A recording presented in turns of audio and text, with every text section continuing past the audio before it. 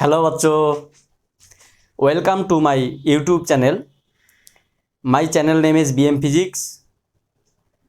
Today I want to talk about the new and interesting topic electric field, and this is the lecture number 3 in this chapter. I hope my all प्यारी बच्चों should be okay. तो যাই হোক, আজকে আমরা তড়িৎ ক্ষেত্র অধ্যায়ের তৃতীয় লেকচারে যে বিষয়টা নিয়ে আমরা আলোচনা করব সেটা অত্যন্ত গুরুত্বপূর্ণ এবং অত্যন্ত মাইন্ডেবল। তো সেটা কি? সেটা হচ্ছে ভেক্টর রূপ, কুলম্বের সূত্রের ভেক্টর রূপ। মানে আমরা প্রাইমারি স্টেজ থেকে একদম রিয়াল স্টেজ পর্যন্ত একটা কুলম্বের সূত্রের ভেক্টর রূপকে আমরা কিভাবে লিখতে পারি তার একটা স্বচ্ছ ধারণা আজকে আমরা এই লেকচারে তুলে ধরব। তোমরা যদি এই লেকচার সিরিজটা ঠিকঠাকভাবে দেখো তো আমি আশা করি তোমাদের কুলম্বের সূত্রের ভেক্টর রূপ নিয়ে কোনো অবজেকশন বা কোনো রকম দ্বিধা থাকবে না। তো চলো শুরু করা যাক। আজকের আমাদের আলোচ্য বিষয় যে কি পয়েন্ট অফ দ্য লেকচার, সেই কি পয়েন্ট অফ দ্য লেকচার কি থাকবে? কি পয়েন্ট হিসেবে থাকবে একটাই পয়েন্ট, সেটাকে আমরা ক্লিয়ার করে জানব। Vector formation Coulomb's law or Coulomb's law in vector form. Coulomb's law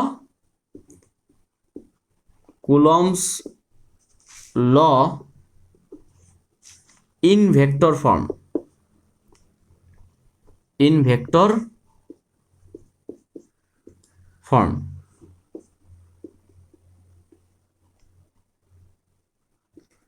কুলম্বের সূত্রের ভেক্টর রূপ, Coulomb's law in vector form. তাহলে কুলম্বের সূত্রের ভেক্টর ফর্মটা আমরা কি জানবো? তাহলে তো হচ্ছে গিয়ে কুলম্বের সূত্রের ভেক্টর ফর্মটা হচ্ছে গিয়ে যেটা আমরা জানবো সেটা একদম পরিষ্কার এবং স্বচ্ছ ধারণা নিয়ে আমাদের এগোতে হবে। তো প্রথমত আমরা একটা জিনিস জানবো যে ভেক্টর কত প্রকারের হয়। মানে ভেক্টরের বিভিন্ন রূপ নয়, ভেক্টর সাধারণত গঠনের উপর ভিত্তি করে ভেক্টরকে আমরা দুরকম টাইপস বলতে পারি। একটা পজিশন ভেক্টর বা অবস্থান ভেক্টর, আর একটা রিলেটিভ ভেক্টর বা পারস্পরিক ভেক্টর। এবার আমাদের প্রশ্ন হতে পারে, স্যার অবস্থান ভেক্টর বা পজিশন ভেক্টর কাকে বলে, আর রিলেটিভ ভেক্টর বা পারস্পরিক ভেক্টর কাকে বলে? যে সমস্ত ভেক্টর তৈরি হওয়ার সময় মূল বিন্দুর সাপেক্ষে তৈরি হয় বা মূল বিন্দুর সাহায্যে তৈরি হয়। মানে যে সমস্ত ভেক্টরের একটা পয়েন্ট, কমপক্ষে একটা পয়েন্ট মূল বিন্দুর সঙ্গে কানেকশন থাকে তাকে বলা হয় পজিশন ভেক্টর। আর যে সমস্ত ভেক্টর মূল বিন্দু ছাড়া অন্য একাধিক ভেক্টর দিয়ে তৈরি হয় তাদেরকে বলা হয় রিলেটিভ ভেক্টর বা পারস্পরিক ভেক্টর। তা আমরা প্রথমত জানবো পজিশন ভেক্টর। মানে আমাদের একটা ভেক্টর নিয়ে একটু ধারণা জানতে হবে, তারপরে ভেক্টরের রূপ জানবো কুলম্বের সূত্রের। তাহলে প্রথমে আমরা যে বিষয়টা জানছি সেটা কি, যে পজিশন ভেক্টর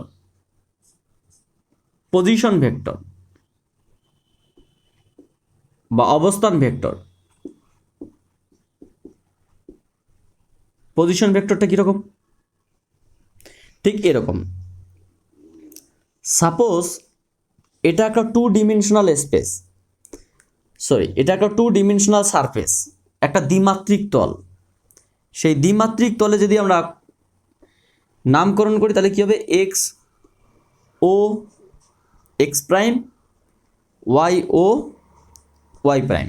এটা একটা এক্স ওয়াই তল, যেখানে এক্স অক্ষ বরাবর আই ক্যাপ ভেক্টরকে নির্দেশ করে এবং এক্স প্রাইম অক্ষ বরাবর মাইনাস আই ক্যাপ ভেক্টরকে নির্দেশ করে। যে অক্ষ বরাবর ওয়াই অক্ষ বরাবর জে ক্যাপ ভেক্টরকে নির্দেশ করে এবং মাইনাস জে ক্যাপ নির্দেশ করে ওয়াই অক্ষ বরাবর। এবং জেড অক্ষ থাকলে সেখানে কে ক্যাপ থাকতো, কে মাইনাস কে ক্যাপ মানে কে ক্যাপ থাকতো, এক্সেট্রা। এবার এখানে এই দ্বিমাত্রিক তলে এই দ্বিমাত্রিক তলে আমরা কোনো একটা পয়েন্ট কল্পনা করলাম। সাপোজ এই দ্বিমাত্রিক তলের উপর কোনো একটা পয়েন্ট আছে, সেই পয়েন্টের নাম পি এবং সেই পয়েন্টের স্থানাঙ্ক এক্স কমা ওয়াই। তাহলে এখান থেকে আমরা পি এর উপর একটা ভেক্টর অঙ্কন করলাম বা একটা দূরত্ব অঙ্কন করলাম, যেটাকে আমরা সাপোজ বললাম আর ভেক্টর দিয়ে ডিনোট করলাম। তাহলে পি বিন্দু কোথা থেকে আছে? এক্স অক্ষ বরাবর পি বিন্দুর এক্স অক্ষ বরাবর তোমার হচ্ছে গিয়ে এক্স দূরত্ব গিয়েছে এবং ওয়াই অক্ষ বরাবর ওয়াই দূরত্ব গিয়েছে। তাহলে নিঃসন্দেহে এইটুকুর দূরত্ব এক্স এবং এইটুকুর দূরত্ব ওয়াই। এবং এখানে যদি একটা পয়েন্টের নাম দেই এ, তাহলে আমরা বলতে পারি যে ও এ একটা ভেক্টর, আবার এপি একটা ভেক্টর, যেখানে আমরা বলতে পারি যে এখানে ও এ ভেক্টরটিকে আমরা লিখতে পারি এক্স ইন্টু আই ক্যাপ এবং এপি ভেক্টরকে আমরা লিখতে পারি ওয়াই ইন্টু জে ক্যাপ। প্রশ্ন হতে পারে স্যার কেন আমরা এরকম লিখব? খুব সিম্পলভাবে আমরা জানতাম যে আমরা জানি ইউনিট ভেক্টরকে আমরা এন ক্যাপ সমান জানি যে কোনো ভেক্টর বাই সেই ভেক্টরের মান। আমরা যে কোনো একক ভেক্টর সমান জানি বা নর্মাল ভেক্টর সমান জানি, লম্ব ভেক্টর সমান জানি, যে কোনো ভেক্টর বাই সেই ভেক্টরের মান সেটা হচ্ছে কি তার অভিমুখ। তাহলে আমি এখান থেকেই বলতে পারি সো সেই ভেক্টরটা সমান কী হবে? যে কোনো ভেক্টর সমান সেই ভেক্টরের মান এবং সেই ভেক্টরের অভিমুখ। তাহলে যে কোনো ভেক্টর সমান সেই ভেক্টরের মান ইন্টু সেই ভেক্টর অভিমুখ। তাহলে ও এ একটা ভেক্টর যার মান কত? এক্স অক্ষ বরাবর এক্স, অভিমুখ কোন দিকে? আই ক্যাপ বরাবর। এই জন্য ওয়ে ভেক্টর সমান এক্স আই ক্যাপ। ঠিক সিমিলার ওয়েতে এ থেকে পি বরাবর একটা ভেক্টর যার মান কত? ওয়াই এবং অভিমুখ কত? জে ক্যাপ বরাবর। আচ্ছা, এবার আমরা এখানে একটা জিনিস বলতে পারি। কি বলতে পারি? আমরা বলতে পারি সাপোজ ধরে নাও তোমার ওপি এ ভেক্টরকে আমরা যদি প্রকাশ করি, from triangle O A P ত্রিভুজ থেকে আমরা কি লিখতে পারি? OP vector is equals to OA vector plus AP vector. কেন? তার কারণ ভেক্টর যোগের সূত্র থেকে আমরা জানি একই ক্রমে গৃহীত দুটি ভেক্টরের যোগফল বিপরীত ক্রমে গৃহীত তৃতীয় ভেক্টরটি সমান কোনো একটা ত্রিভুজের ক্ষেত্রে, যেটাকে বলা ট্রায়াঙ্গেল ল। তাহলে এটা প্লাস এটা ইজ ইকুয়াল টু এটা। সো এটাকে আমরা বলতে পারি আর ভেক্টর ইজ ইকুয়ালস টু তোমার হচ্ছে গিয়ে x of I cap plus Y of J cap. তার মানে এই যে আমরা একটা পয়েন্ট পেলাম, এটাকে আমরা সাপোজ 1 নম্বর সমীকরণ বললাম। এই ভেক্টরটাকে আমরা কি বলবো? পজিশন ভেক্টর বা অবস্থান ভেক্টর। কেন? তার কারণ আর ভেক্টরটি মূলবিন্দুর সাপেক্ষে তৈরি হয়েছে এবং যেখানে এক্স অক্ষ বরাবর গিয়েছে এক্স, ওয়াই অক্ষ বরাবর গিয়েছে ওয়াই মান। যদি এটা 3,4 আসতো তাহলে 3i প্লাস 4j আসতো, এটাই স্বাভাবিক। আচ্ছা, ঠিক এই ধর্মটাকে কাজে লাগিয়ে আমরা একটু রিলেটিভ ভেক্টর সম্পর্কে হালকা করে জানবো। রিলেটিভ ভেক্টরটা কি করে জানবো? ঠিক এই ধর্মটাকে কাজে লাগিয়ে আমরা একটু রিলেটিভ ভেক্টর তাহলে রিলেটিভ ভেক্টরটা কি? আমরা তো পজিশন ভেক্টর দেখলাম। রিলেটিভ ভেক্টরটা আর কিছুই না, দুটো পজিশন ভেক্টরের সাপেক্ষে নতুন একটা ভেক্টর সৃষ্টি হবে, যেটাকে বলা হয় রিলেটিভ ভেক্টর। যেমন আমরা বললাম এটা একটা এক্স ওয়াই তল, সেই এক্স ওয়াই তলের এটা এক্স অক্ষ, পজিটিভ এক্স অক্ষ, নেগেটিভ এক্স অক্ষ, এটা ওয়াই অক্ষ, পজিটিভ ওয়াই অক্ষ, নেগেটিভ ওয়াই অক্ষ। এদিকে I cap minus I cap, J cap minus J cap direction করছে। এটা মূলবিন্দু, যেটাকে আমরা অরিজিন বলি, যার স্থানাঙ্ক 0 0। আচ্ছা, ভালো কথা। এবার আমরা কি বললাম যে এই দ্বিমাত্রিক তলের এই তলের কোনো একটা কোয়াড্রেন্টের মধ্যে আমরা দুটো পয়েন্ট নিলাম, একটা পয়েন্টের নাম এ, একটা পয়েন্টের নাম বি। এখানে যে নিতে হবে তার কোনো মানে নেই, আমরা এখানে যে কোনো ইচ্ছে জায়গায় নিতে পারি। এবার আমাদের বিষয়টা দেখানোর জন্য আমরা যে কোনো একটা পয়েন্ট নিলাম, একটা পয়েন্ট এ, একটা পয়েন্ট বি। এ পয়েন্টের স্থানাঙ্ক x1, y1 আর বি পয়েন্টের স্থানাঙ্ক x2, y2। এটাকে আমরা 3 4, এটা 6 7 নিতে পারতাম, কোনো অসুবিধা নেই। তো ব্যাপারটা হচ্ছে কি, এই r1 ভেক্টরটাকে আমরা কি লিখতে পারি? r1 ভেক্টরটা হচ্ছে তোমার X of I cap plus Y of J cap. কী করে? কারণ আমরা যেমনটা এখানে লিখলাম, এটা একটা ভেক্টর, এইটুকু এক্স, এইটুকু ওয়াই, এইটুকু আর। So R vector equals to X I cap Y J cap. ঠিক একই রকমভাবে r1 ভেক্টর ইকুয়ালস টু এইটুকু এক্স, এইটুকু এক্স, এইটুকু Y, x1 I cap, y2 J cap. আচ্ছা ঠিক একই রকমভাবে r2 ভেক্টর সমান এইটুকু এক্স, মানে এখান থেকে যদি লম্বটা না হয় তাহলে এইটুকু x, x2 I cap, y2 J cap. তো এগুলো আমাদের দরকার নেই। হ্যাঁ, তো এখানে আমরা যেটা বলছিলাম সেটা কি, তাহলে দুটো ভেক্টর পেলাম, একটা ও এ ভেক্টর বা এটাকে r1 ভেক্টর বলতে পারি। r1 ভেক্টর সমান কি x1 I cap plus y1 J cap. Similar ওয়েতে r2 ভেক্টরকে আমরা কি লিখতে পারি x2 I cap, y2 J cap. কীরকম, ঠিক এইরকম ওয়েতে, এইরকম করে আমরা এটা লিখবো বলে এই জিনিসটাকে বের করে রেখেছি। এটাকে আমরা লিখতে পারি কারণ ঠিক এইরকম ওয়েতে। ঠিক একই রকমভাবে আমরা এখানে যদি একটা ত্রিভুজ সূত্র অ্যাপ্লাই করি, কি ও এ বি, এই ত্রিভুজ সূত্র, ত্রিভুজ ও এ বিতে আমরা কি লিখতে পারি OA vector plus AB vector is equals to OB vector. কারণ একই ক্রমে গৃহীত দুটি ভেক্টরের মান, দুটি ভেক্টর তৃতীয় ক্রমে গৃহীত বিপরীত ভেক্টরটি সমান, বা বিপরীত ক্রমে গৃহীত তৃতীয় ভেক্টরটি সমান। তাহলে আমরা কি বলতে পারি যে r1 vector plus r12 vector is equals two r2 vector. এই জায়গাটা আমি কি লিখেছি r12 মানে কি 1 নম্বর থেকে, এখানে আর x1 y1, তাহলে 1 নং বিন্দু থেকে 2 নং বিন্দুর দিকে যেহেতু অভিমুখটা, তাই এখানে এর নাম কি r12, 1 থেকে 2, 1 2, 1 থেকে 2 এর দিকে। তো আমরা এই দিকে বলতাম, তাহলে r21 লিখতাম। তাহলে r1 vector plus r12 vector is equals two r2 vector, সেটাই আমরা এখানে লিখলাম। সো r12 ভেক্টর কি r2 vector minus r1 vector. এই জায়গাটা একটু ভালো করে বোঝার চেষ্টা করো। r12 vector equals two r2 vector minus r1 vector. তাহলে যেই দিকে তীর চিহ্নটা গেল, তীর চিহ্নটা যেদিকে গেল, ঠিক অন্তিম ভেক্টর মাইনাস প্রাথমিক ভেক্টর। তাহলে অন্তিম বিন্দুতে যে ভেক্টরটা আছে সেই ভেক্টর মাইনাস প্রাথমিক বিন্দুতে যে ভেক্টরটা আছে সেই ভেক্টর, অর্থাৎ এই তীর চিহ্নটার দিকে গেল r2 vector minus r1 vector. তাহলে r12 equals to sorry r21 নয়, এটা r12 vector equals two r2 vector minus r1 vector. এবার r2 ভেক্টরটা কত, r2 ভেক্টরটা আমরা এটা বলতে পারি, আর r1 ভেক্টর কত এতটা।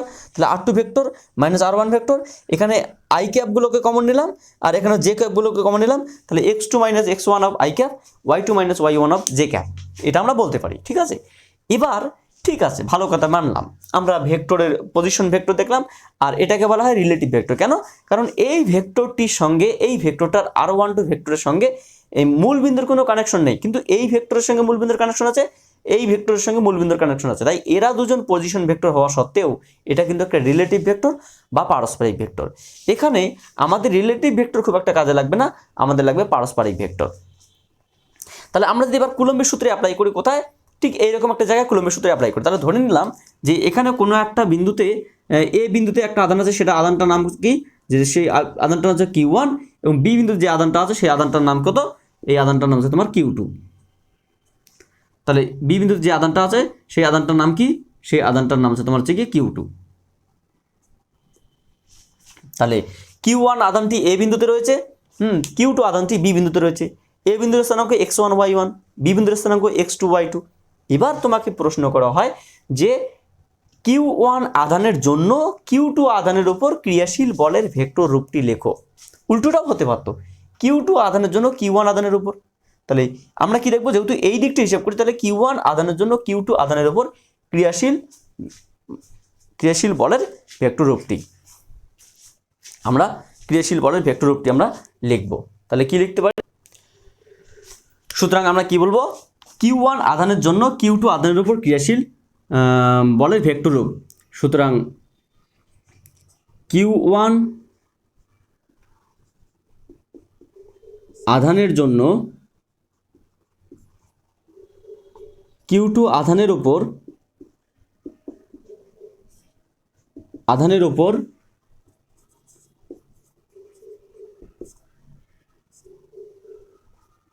কুলম্বীয় বলের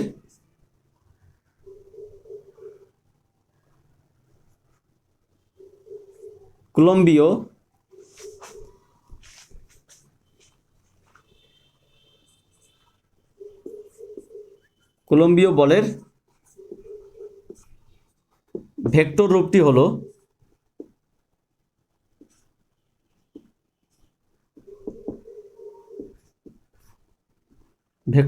হলো আমরা কি লিখতে পারি, F of 1 2 vector is equals two F of 1 2 into R12 cap. দেখো বিষয়টা বোঝার চেষ্টা করো।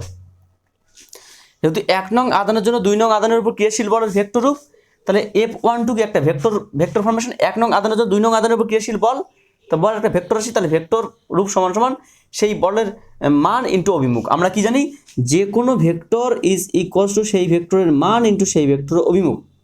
তাহলে এখানে ফোর্স ভেক্টর কত, F12, এর মান কত F12, অভিমুখ কোন দিকে 1 থেকে 2 এর দিকে, ক্যাপ বরাবর। এটা কোন দিকে 1 থেকে 2 এর দিকে, ব্যাস। তাহলে আমরা কি লিখতে পারি, আমরা এখানে লিখতে পারি 1 নম্বর এবং 2 নম্বর আধানের জন্য ক্রিয়াশীল বলের মান কত হবে 1/4 pi epsilon naught Q1 Q2 by R12 তার হোল স্কয়ার। কারণ আমরা বলতেই পারি যে ক্রিয়াশীল বলের ভেক্টর মানে তার মান হচ্ছে কি এটা, এবং অভিমুখ কোন দিকে আছে, অভিমুখ আছে 1 থেকে 2 এর দিকে, ক্যাপ বরাবর, এটা মান। কারণ এমনি যদি সিম্পলি বলতাম একটা আধান Q1 একটা আধান Q2 তাদের মধ্যবর্তী দূরত্ব আর, তাহলে ক্রিয়াশীল বল কত হবে 1/4 pi epsilon Q1 Q2 by R square, এটা মান। কিন্তু দূরত্ব কত, এখানে R নয়, এখানে R12, তার মান এটা, বুঝতে পারলে? তার হচ্ছে মান যদি এটা হয় তাহলে তার মানের স্কয়ার ইন্টু অভিমুখ। আচ্ছা, পরবর্তী লাইনে আমরা কি লিখতে পারি, আমরা লিখতে পারি এটাকে 1/4 pi epsilon naught Q1 Q2 by R12 square into R12 cap সমান লিখতে পারি R12 ভেক্টর বাই R12। কেন? তার কারণ আমরা খুব ভালো করে জানি, একটু আগে আমরা বলছিলাম, আমরা খুব ভালো করে জানি যে কোনো ভেক্টরের অভিমুখ সেটাকে আমরা এন ক্যাপ বলি। অভিমুখ সমান কী হবে, যে কোনো ভেক্টর বাই সেই ভেক্টরের মান। তাহলে আমরা সেই হিসেবে এখানে বলতে পারি যে R12 ভেক্টরের অভিমুখ যদি হয় তাহলে R12 ভেক্টর এবং সেই R12 ভেক্টরের মান, আমরা সেই জিনিসটাই এখানে লিখলাম। তাহলে এই অভিমুখটা হচ্ছে গিয়ে এই ভেক্টর বাই এই ভেক্টরের মান।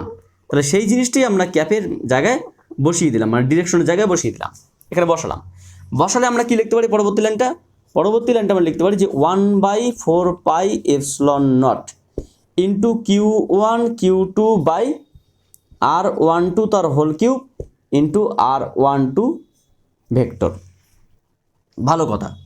পরবর্তী লাইনে আমরা কি লিখতে পারি 1/4 pi epsilon naught into Q1 Q2 by R2 minus R1 of vector of mod তার whole cube into R2 vector minus R1 vector bracket.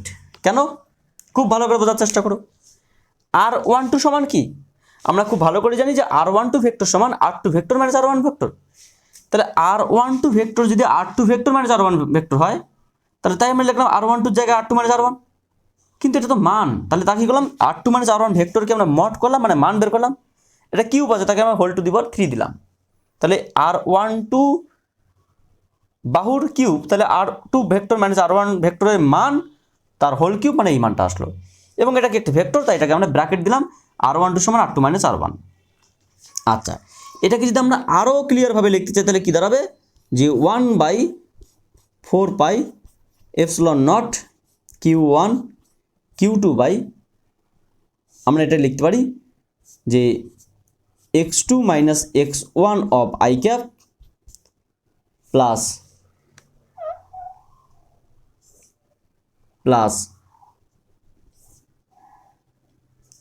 y2 minus y1 of J cap তার হোল কিউব, এটাই আমরা লিখলাম।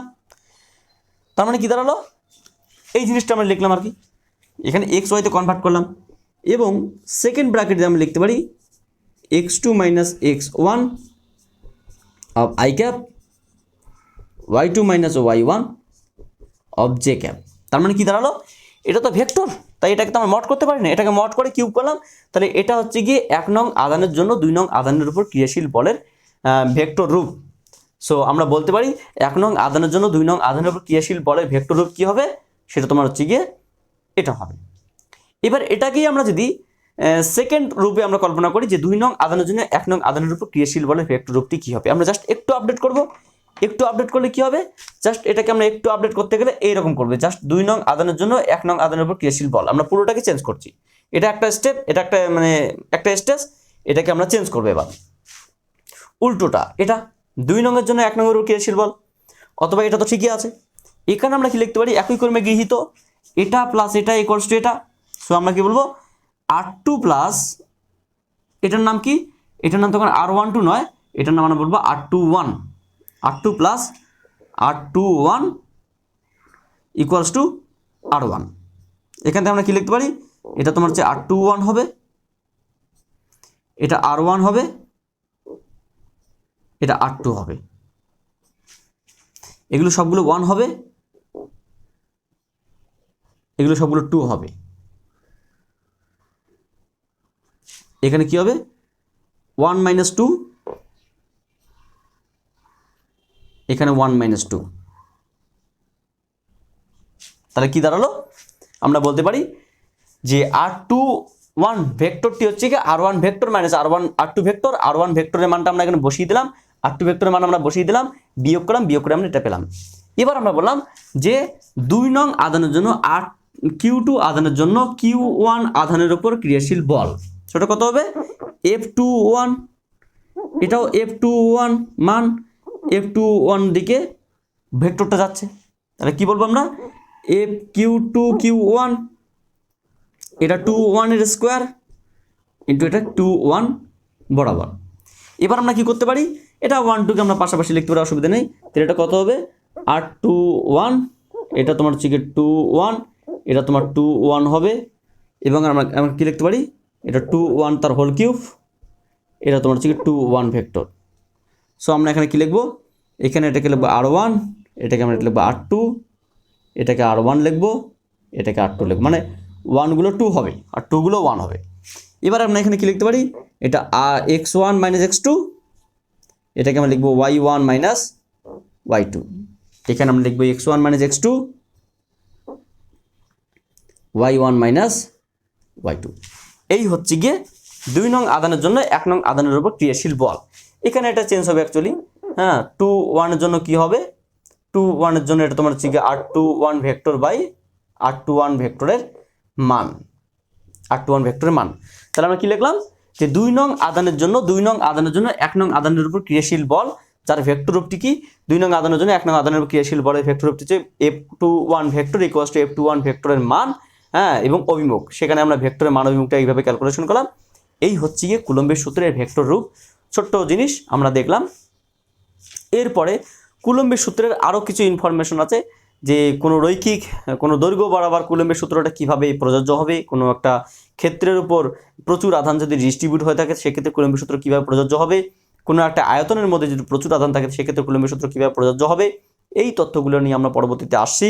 তো তোমাদের হচ্ছে গিয়ে পরবর্তী লেকচারগুলো ওয়েট করো, আমরা আশা করি আরও ভালো কিছু ইনফরমেশন নিয়ে আসবো। So thank you for watching my video and wait for my next class. তোমরা সবাই আমার চ্যানেলটাকে সাবস্ক্রাইব করো। So thank you.